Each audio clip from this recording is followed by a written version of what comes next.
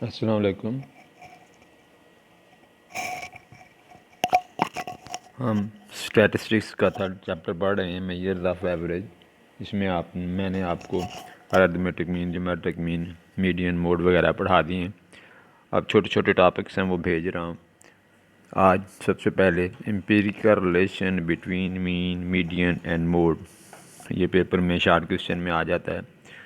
तो अगर तो आपकी डिस्ट्रीब्यूशन सिमेट्रिकल है तो मीन, मीडियन और मोड जो हैं इक्वल होते हैं। ये फोर्थ चैप्टर में सिमेट्रिकल डिस्ट्रीब्यूशन तफसील से हम जाके पढ़ेंगे।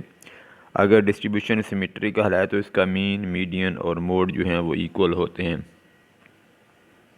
अगर डिस्ट्रीब्यूशन सिमेट्रिकल ना हो तो फिर वह आइदर पॉजिटिव स्क्यूड होगी या नेगेटिव स्क्यूड होगी। जो पॉजिटिव स्क्यूड डिस्ट्रीब्यूशन होती है उसमें का अगर हम ग्राफ बनाएं तो उसका ग्राफ की राइट साइड जो है वो लेंथी होती है, बड़ी होती है as compare to left side. Positive skewed distribution में ग्राफ हम बनाएंगे वो अगले चैप्टर में, मेजर्स ऑफ डिस्पर्शन में, तो उसमें राइट टेल बड़ी होती है और इसमें मीन का आंसर सबसे बड़ा होता है, उसके बाद मीडियन होता है, उसके बाद मोड होता है। यानी मोड का आंसर सबसे छोटा होता है, मीन का सबसे बड़ा होता है और मीडियन दरम्यान में आता है अगर डिस्ट्रीब्यूशन आपकी पॉजिटिव स्क्यूड होगी। अगर डिस्ट्रीब्यूशन सिमेट्रिकल होगी तो मीन, मीडियन और मोड तीनों का आंसर सेम होगा। अगर पॉजिटिव स्क्यूड होगी तो मीन का आंसर सबसे बड़ा होगा, उसके बाद मीडियन का होगा और मोड सबसे छोटा होगा। और अगर डिस्ट्रीब्यूशन नेगेटिव स्क्यूड हो तो पे मीन का आंसर सबसे छोटा होगा। यानी पॉजिटिव स्क्यूड में मीन बड़ा होता है, नेगेटिव स्क्यूड में मीन सबसे छोटा होता है और मीडियन दरम्यान में आता है और मोड सबसे बड़ा होता है। अब इसमें एक फार्मूला है, न्यूमेरिकल फार्मूला है मीन, मीडियन, मोड के दरमियान में। यानी mean minus mode is equal to होता है 3 ब्रैकेट फिर मीन माइनस मीडियन। ये एम्पिरिकल रिलेशन है बिटवीन मीन, मीडियन और मोड। क्या? Mean minus mode is equal to 3 into mean minus median. अब इसका क्या यूज़ है? इसमें अगर आपको मीन और मीडियन का आंसर दिया हो तो ये फार्मूला लगा के हम मोड निकाल सकते हैं। अगर मीन और मोड का दिया हो तो मीडियन निकाल सकते हैं, अगर मोड और मीडियन का हो तो हम मीन निकाल सकते हैं। यानी अगर दो चीज़ों का आंसर आपको दिया हुआ है, आइदर मीन, मीडियन, मोड में से किसी दो का आंसर दिया हुआ, तो ये एम्पिरिकल रिलेशन यानी ये जो फार्मूला है हम यूज़ करके थर्ड का आंसर फाइंड आउट कर सकते हैं। ये नीचे एक एग्जांपल मैं आपको भेज रहा हूँ कि फाइंड मीन व्हेन मोड 30 है और मीडियन 35 है। तो अब फार्मूला हमने वही लिखा, mean minus mode is equal to 3 mean minus median. अब वैल्यूज़ पुट करके इसको हमने सॉल्व किया तो मीन का आंसर 37.5 निकल आया। तो ये तो है एम्पिरिकल रिलेशन। और क्या है? Mean minus mode is equal to 3 bracket फिर मीन माइनस मीडियन। इसको कहते हैं empirical relation between mean, median and mode.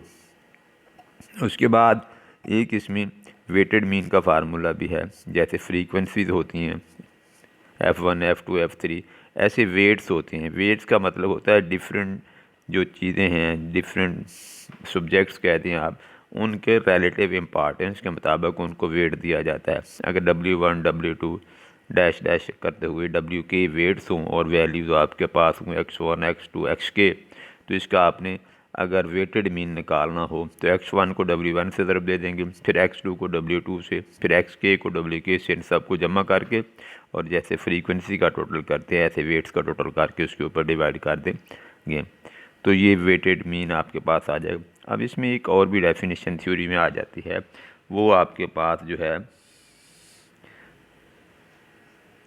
ये कि desirable qualities of good average. ये मैंने desirable qualities of good average, ये सबसे पहली इसकी क्वालिटी क्या है कि simple to understand and easy to calculate. यानी वो एवरेज बेहतर होगी जो उसको आसानी से समझ आया और कैलकुलेट करना आसान हो।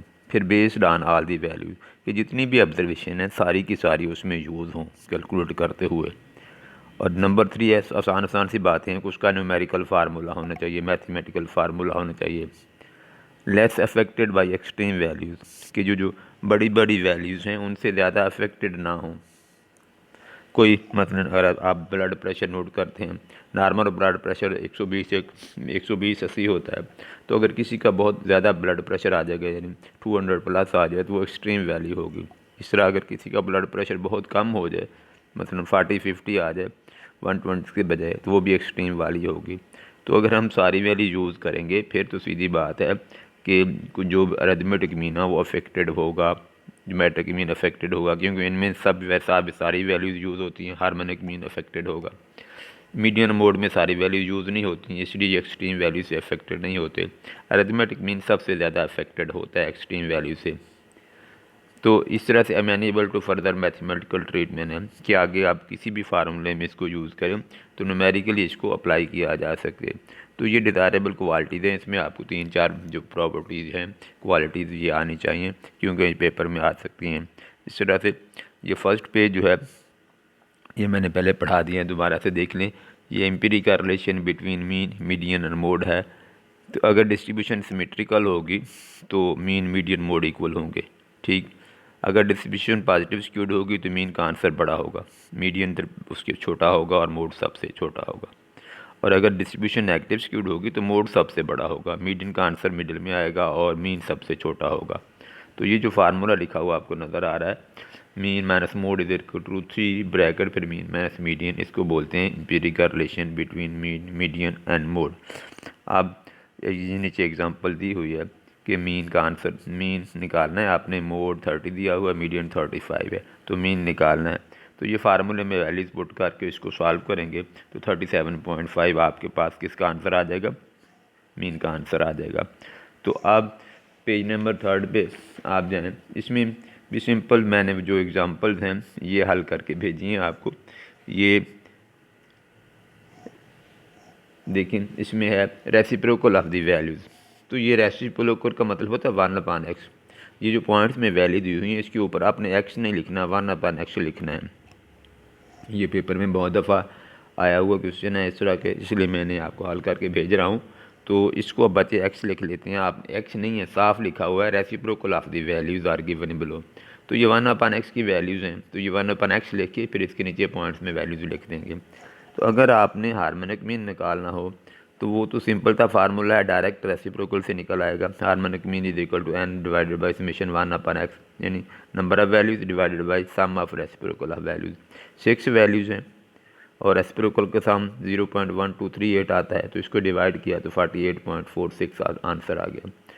अगर आपने अरिथमेटिक मीन निकालना हो तो फिर इन रेसिप्रोकल्स को वैल्यूज़ में कन्वर्ट करना पड़ता है। तो जो दूसरे कॉलम में आप देख लेंगे कि रेसिप्रोकल से वैल्यूज़ निकालने के लिए 1 डिवाइडेड बाय रेसिप्रोकल करेंगे, तो डिवाइड करने से ये वैल्यूज़ आपके पास 34.7, 42.5, 47.4, 52.4, 57.5 एंड 62.5 ये आपके पास x की वैल्यूज़ हैं, और 1/x की ये डेसिमल पॉइंट्स में जो वैल्यू फर्स्ट कॉलम में नज़र आ रही हैं। अब अरिथमेटिक मीन निकालने का फार्मूला होता है समेशन x अपॉन n। तो ये x की वैल्यूज़ को प्लस किया और 6 पे डिवाइड कर दिया, क्योंकि 6 वैल्यूज़ हैं, तो अरिथमेटिक मीन 49.95 निकल आया। इसका मतलब है कि अगर आपको लिखा हुआ है रेसिप्रोकल ऑफ द वैल्यूज, जैसे ऊपर एग्जांपल में लिखा हुआ, तो इसका मतलब है आपने 1/x ऊपर हेडिंग लिखनी है, x नहीं लिखना।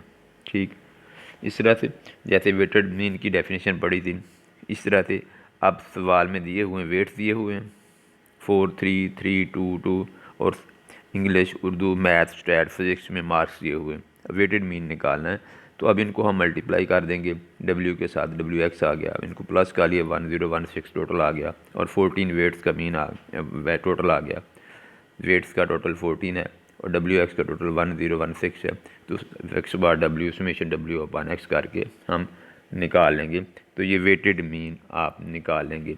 अब इस तरह से एक अरिथमेटिक मीन का क्वेश्चन भी भेजा है मैंने आपको, find arithmetic mean for the data given below using short formula. तो अब इसमें देखें, अगर लास्ट इंटरवल 1 का होगा, जैसे ये वैल्यूज़ हैं 67, 68, 70, 71, 72, 73, 74, 75, इन 1 का इंटरवल आ रहा है। फिर आपने अरिथमेटिक मीन निकालने के लिए डी वाला फार्मूला यूज़ करना है, D is equal to X minus A. तो इसमें आपने 71 को ए ले लिया, इसको हम, तो इसके सामने आप लिखेंगे X, D is equal to X minus 71। जब एक्स में से 71 माइनस करेंगे तो आपके पास वैल्यूज आएंगी -4, -3, -2, -1, 0, 1, 2, 3, 4, ये डी की वैल्यूज़ हैं। फिर आप एफ़ को डी से ज़रब दे देंगे और इसका टोटल करेंगे तो -17 आ जाता है।